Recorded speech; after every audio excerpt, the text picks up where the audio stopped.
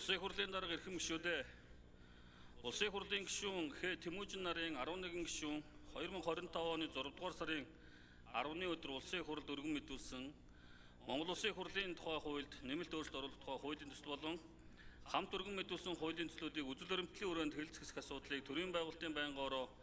2025 оны 6 сарын 24-ний өдрийн хуралдаанаар хэлэлцлээ. Хууль санаачлагч хуулийн төслийг боловсруулахдаа улсын хурлын чуулганы нэгдсэн хуралдаанд үг хэлж мэдээлэл хийж буй ерөнхий сайд, засгийн газрын гишүүд болон ажлын хэсгийн бүрэлдэхүүнд багтсан нийтийн албан тушаалтан бусад этгээд үнэн бодит мэдээлэл өгөх асуудлыг үүргэжүүлэх, хариуцлага хүлээх зохицуултыг тусгасан байна. Хуулийн төсөл батлагдсанаар төсөвт нэмэлт зардал үүсэхгүй бөгөөд хуулийн төсөл парламент сегмент цахим сайтад байршуулж иргэд олон нийтийн саналыг авч байгаа болно. Байнгын орооны хуралдаанаар хуулийн төслийг хэлцэх үед улсын хурлын гишүүдээс асуулт санал гараагүй болно. Байнгын орооны хуулийн төсөл болон байнгын ороо хуулийн төсөл болон хамт өргөн мэдүүлсэн хуулийн төслүүдийн хэлцэх хэсэг талаар санал хураалт явуулахад Монгол Улсын хурлын тухай хуульд нэмэлт өөрчлөлт оруулах тухай хуулийн төслийг 73.7% саналаар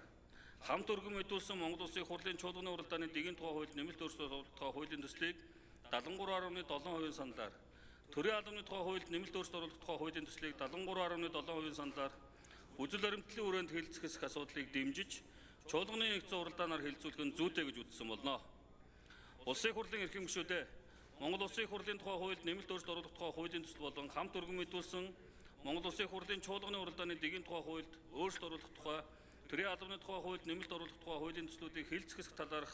төрийн байгуулалтын байнгын орооны санал дүгнэлтийг хэлэлцэн шийдвэрлэж өгөхийг хүсье.